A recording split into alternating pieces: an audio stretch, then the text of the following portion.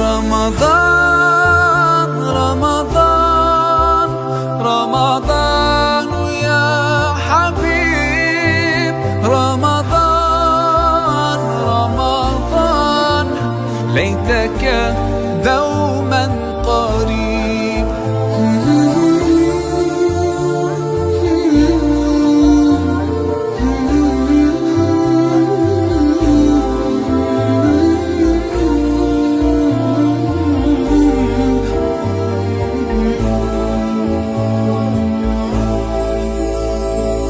لا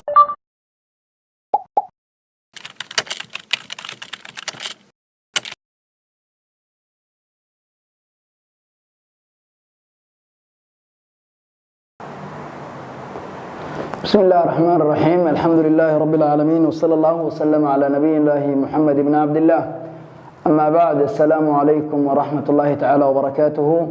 مرحبا بكم وأهلا وسهلا أيها الإخوة والأخوات وموضوعني أن أبهد ليني وأنوينك بش رمضان أن ربنين أن دب غفيرنا بل نرشي أن أي أحواش أن كسونا وحلقة أني تدبعض وحن أبهد لينا وقاية النفس والأهل عن النار xalaqadeena aan ahbaabi filaahi waxay ku saabsan tahay qof walba muslimihi inuu dadaal badan iyo juhdi badan uu ku bixiyo nafsadiisa iyo ahalkiisaba sidoo uga ilaalin lahaa waxa weeye cadaabka Ilaahay subhanahu wa ta'ala iyo naarta Allah subhanahu wa ta'ala wuxuu quraankiisa nagu farayaa ya ayyuhalladhina aamanu qu anfusakum wa ahlikum naara wardadka waxa weeye muuminiinta ah wixii laga rabay inay rumeeyo nafsadiina iyo ahalkiinaba waxaad ka ilaalisaa naar Ilaahay subhanahu wa ta'ala naarta tilmaamooyin dhowr ah oo aad u dhib badan ayay waxa weeye aayadu sii tilmaamaysaa waa naar waxa weeye shidaalka iyo baaziinka lagu horinaya uu yahay waxa weeye dadkii bini aadamka ahaa waxa weeye jirkoodii iyo dhagxaan waaweyn marka waxa weeye naarta xaaba lagu mashidee waxa dhanay ku shidan tahay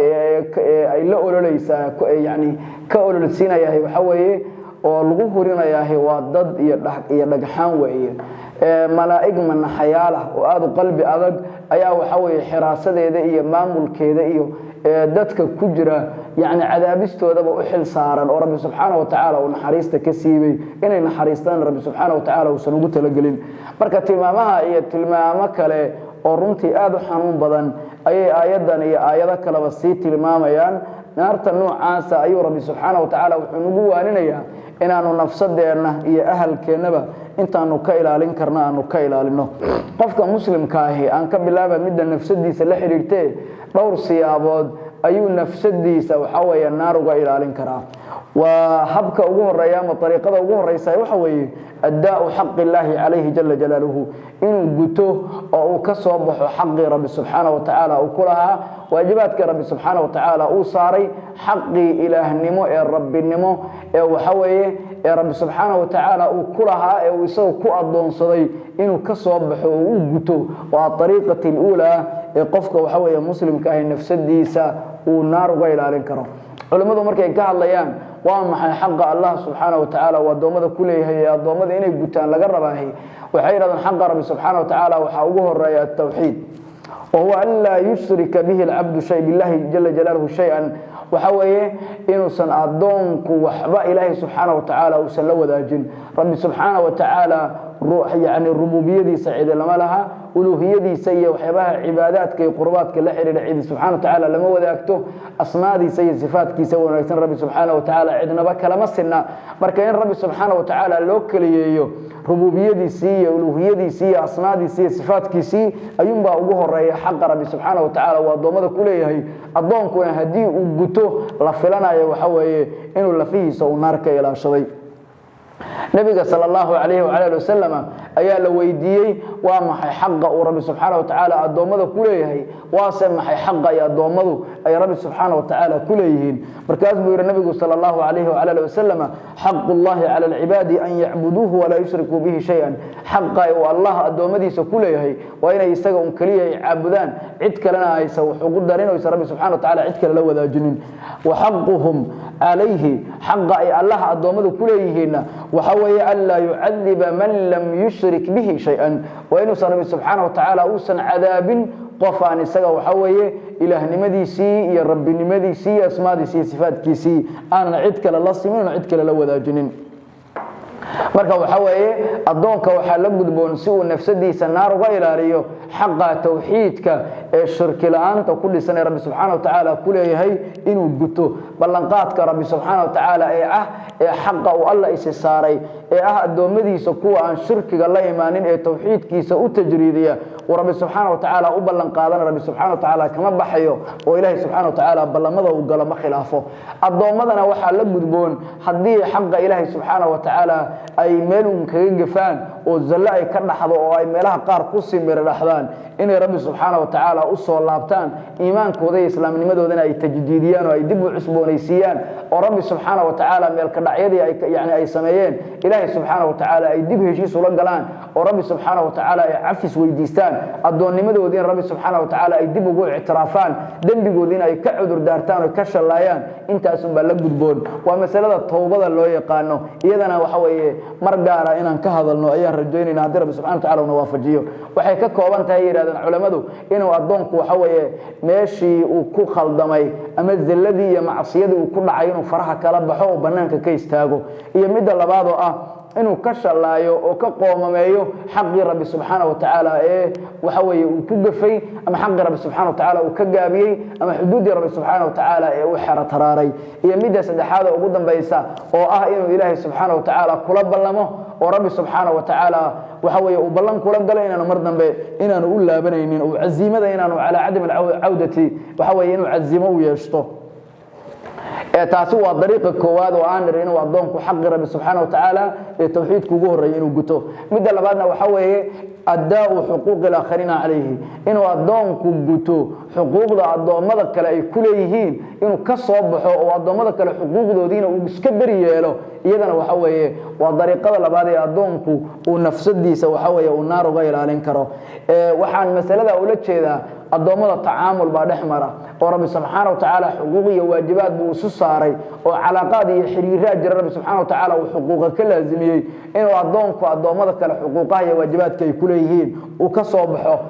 marka waxa weeye inaanu qofnaba uusan dulminin hadda hadii ay jirto cid uu xaq ka hayana inuu xaqa iska celiyo madlama la yiraahdo inuu madaalimta uu iska celiyo waxa weeye cidii uu dulmiyay uu xaqeeda u qaadana waxa weeye uu cafis iyo safx iyo samaxaad inuu weydiisto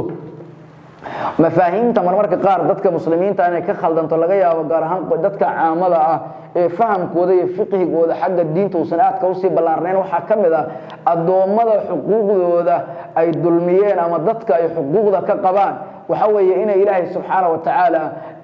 ay isku dayaan ku xaliyaan inay ka astaghfartaan Rabbi subhanahu wa ta'ala oo kaliya ay cafis ka weydiistaan Ilaahay subhanahu wa ta'ala markaad adoomadiisa dulmiso waa sax oo Ilaahayna dambi baad ka gashay way mudan tahay Ilaahay subhanahu wa ta'ala inaad dambi dhaaf weydiisato oo adoomadiisii aad dulmisay aad Rabbi subhanahu wa ta'ala saamaxaad iyo cafis ka weydiisato laakiin xaqa adoomada kale ay kugu leeyihiin Rabbi subhanahu wa ta'ala ma cafiyo inay iyagu ku cafiyaan mooyee nabigu sallallahu alayhi wa sallam xadiiskii dheeraa saxiixaynka ku qornaa وكي نبي صلى الله عليه وسلم تري نوعية وحوية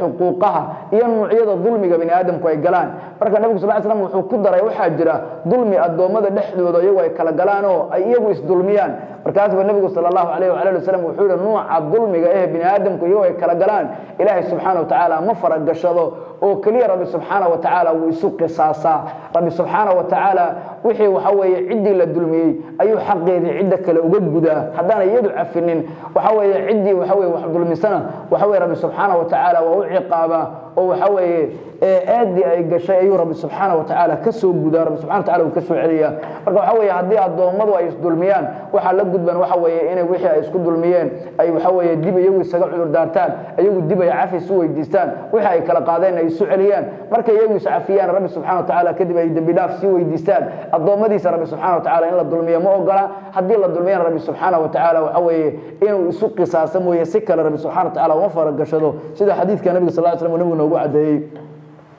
dariiqada saddexaad ee adoonku nafsadiisa uga ilaalin karo waxa weeye naarta iyo cadaabka rabbi subxaanahu wa ta'aala waxa weeye cadamu sa'yi fil ardi lifasaad inuu adduunyadan ku nool yahay waxa weeye uu iska ilaaliyo inuu fasaad ku soo kordhiyo waxa weeye siyaabaha bini aadamku ay nafsadooda naarta uga ilaalin karaan ba waxa kamid ah markay adduunyadan joogaan koonka inay islaaxiyaan oo ay hagaajiyaan oo wanaag ku soo kordhiyaan mooyee inaanay nolosha xumaan ku soo darin oo aanay waxa weeye ilaahay subxaanahu wa ta'aala dhulkiisa aanay fasaadinin oo aanay bini aadamka iyo waxa weeye nolosha bulshada inaanay xumaan iyo waxa weeye yani fasaad aanay la dhex marin ilaahay subxaanahu wa ta'aala kitaabkiisa quraanka in badan buu nagu faray waxa weeye dhulka inaanu islaaxino fasaadkana waxa weeye aanu ka ilaalino oo inaan dhulka xumaan aynan ku fidinin ilaahay subxaanahu wa ta'aala in badan buu wuxuu noogu hanjabayaa inaanu waxa weeye u sacayno nolosha inaanu fasaadino oo na munkaraad iyo xumaan ku soo darno nolosheena waxa weeye inay khatar gelin karto oo cadaabka rabbi iyo naarta rabbi subxaanahu wa ta'aala ay noo laazimin karto waxa marka adoomada la gudboon si ay nafsadooda naar uga ilaaliyaan ciidan ay ku nool yihiin ilaahay baa iska leh khayraadka isticmaalayaan iyo arsaaqda ay ku nool yihiin rabbi baa subxaanahu wa ta'aala ku arsaaqay oo ku galaday oo ku manaystay marka waxa weeye nolosha inay fasaadka ka ilaaliyaan nolosha waxa weeye inay islaaxiyaan oo ay hagaajiyaan oo ay xumaanta kala dagaalamaan iyo macruuf ku soo kordhiyaan mooyee nolosha waxa weeye fasaadka in laga ilaaliyo nabigu sallallahu alayhi wa alihi wasallam wuxuu inoo tilmaamay iimaanka meelaha ugu hooseysa inay kamid tahay waxa weeye wadooyinka la isticmaalayo iyo turuqda iyo shawaaricda dadku ay marayaan waxyaabaha dadka dhibaya yaala in laga qaado marka xadiiska nabiga sallallahu alayhi wasallam hadii la fasiro macnihiisu waxa weeye qofkii jidka maraya ee waxa dadka dhibaya ee jidka yaala dhalada iyo waxa weeye qodaxda iyo muxuu ahaa isha wasaqda iyo kharmuunka iyo ka qaadi kari waayo jidka ka wareejin waayo xitaa qofkaas inuu iimaanka meeshii uu hooseysay inuu ka sii hooseeyo oo iimaankiisu uu faaruq yahay maxaan marka waxa weeye laga filan karaa qofku isagu waxa weeye dhulka fasaadinaya oo jidka xumaanta soo dhigaya oo shaarica munkarka la taagan oo meelaha ummaddu isugu timaado xumaanta ku fidinaya oo baraha bulshada waxa weeye xumaanta iyo munkaraadka ku baahinaya qofka waxa weeye waxa dareemi kartaa intii waxa weeye isagu xumaanta zuulin lahaa isaga xumaantii tabcaya marka waxa weeye qofka nafsadiisa waxay khatar ugu jirtaa yani ilaahay subxaanahu wa ta'aala cadaabkiisa yani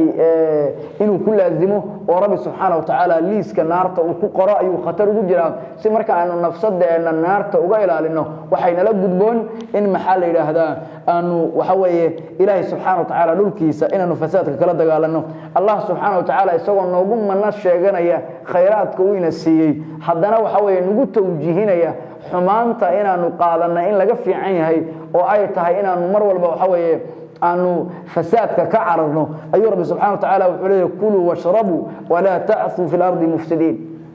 allah wuxuu leeyahay war nicmooyinka aan siiyay iska cuna oo iska caba laakiin dhulka waxa weeye xumaan iyo fasaad ha kala gaarsiinina oo waxa weeye ilaahay subxaanahu wa ta'aala dhulkiisa iyo ardadiisa iyo koonkiisa waxa weeye xumaan ha ku kala baahinina siyaabaha dhulka xumaanta loogu baahin karo haddaan tusaale ka bixino waxa kamid ah waxa weeye in waxa weeye ciidan korkeeda adigu aad munkaraad ku samayso ama dadka inaad qayb kamida munkaraadka barto waxa kamida macruufka iyo wanaaga inaad la dagaalanto oo wixii rabbi subxaanahu wa ta'aala diintiisa ay wanaag ku sheegtay oo rabbi subxaanahu wa ta'aala uu nafaray adigu inaad la dagaalanto la col noqoto in shaairta islaamka adiga laga muujin kari waayo adiga in masaajida lagaga cibaadeysan kari waayo adiga waxa weeye inay waxa weeye gabdhihii muslimaadka mu'minaadka ka xijaaban waayaan oo xijaabka iyo shaciirada islaamka ay ka muujisan kari waayaan dadku waxa weeye yani zayigi iyo waxa weeye muuqaalkii waxa weeye dadka muslimiinta rabbi subxaanahu wa ta'aala yani uu ku laazimiye laga rabay inay adiga ka yeelan kari waayaan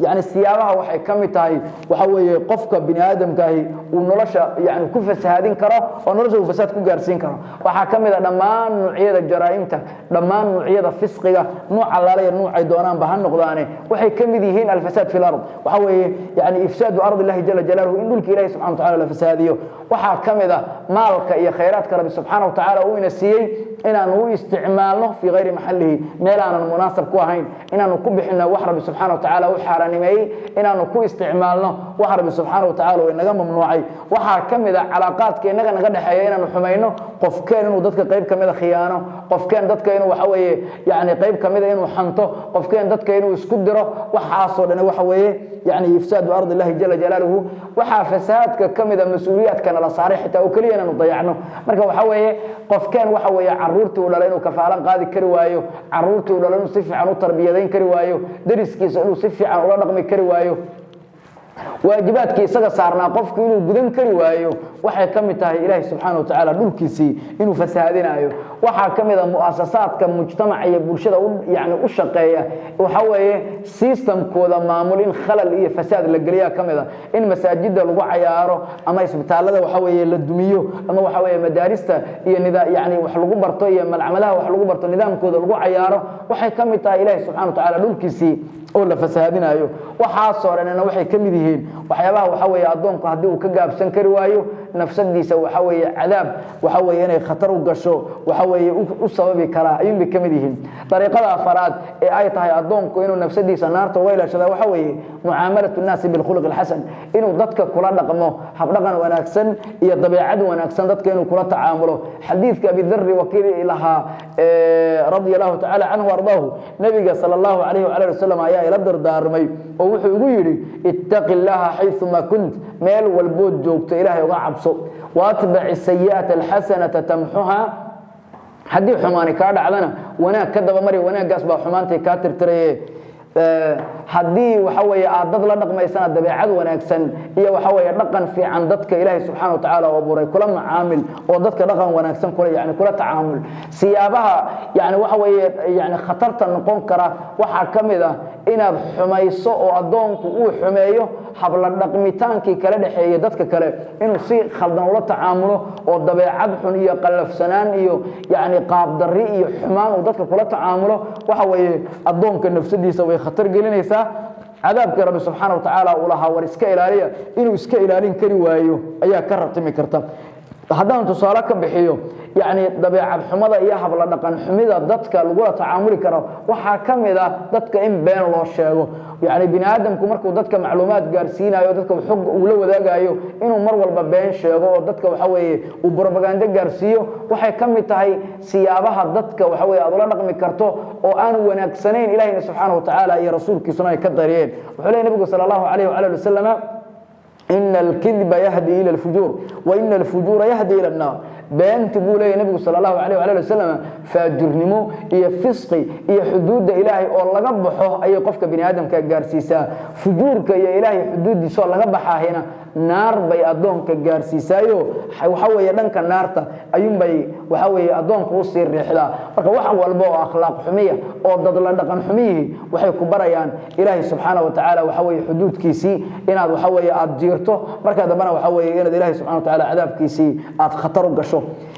dadka ahlul cilmiga waxay ku soo khulaaseeyaan sidee buu adoonku nafsadiisa naar uga ilaalin karaa markay ka jawaabayaan waxay ku soo ururiyaan wiqaayatu nafsi min an-nar waxay ku jirtaa bay yiraahdaan husnul adabi ma'a Allah adoonka oo Ilaahay subhanahu wa ta'ala adab wanaag kula dhaqma oo wixii Rabbi subhanahu wa ta'ala ku adoonsaday ka soo baxa wa husnul ta'amuli ma'a an-nas dadkana si fiican ula tacaamulo xuquuqdi dadku ay kula hayeen iyo hab dhaqan wanaagii dadku ay uga baahnayeen kula tacaamula iyo wa husnul ta'ayush fil kawn soo kawnkan si fiican ugu noolaado oo fasaad iyo xumaan ciida Ilaahay subhanahu wa ta'ala ku soo korin marka waa husnul adab ma'a Allah وحسن التعامل مع الناس وحسن التعايش في الكون وحوي سدخدا arimood ayun baa runtii meelaha ugu waaweyn ee adoonka loo oran karo wuxuu dhufays ka dhigan karaa inuu nafsadiisii uu naar uga badbaadiyo markaanu ka hadlayna masalada labaad oo ah wiqaayatu ahli min an-nar inaanu ahaladeena iyo asxaabteena iyo dadka aanu jecelnahay iyagana aanu naar ka badbaadino waxa weeye waa intii nafsadaada aad u sameynaysa iyagana inaad ku gacan siiso inaad ahalkaaga ku caawiso sidii Ilaahay subhanahu wa ta'ala xuquuqdiisa ay u gudan lahaayeen inaad gaarsiiso cilmigii diintooda inaad gaarsiiso wacyigii diintooda inaad ka wacyi geliso munkaraadka iyo xumaanta inaad farto tacaaliimta islaamka inaad waxa weeye ku dhiiri geliso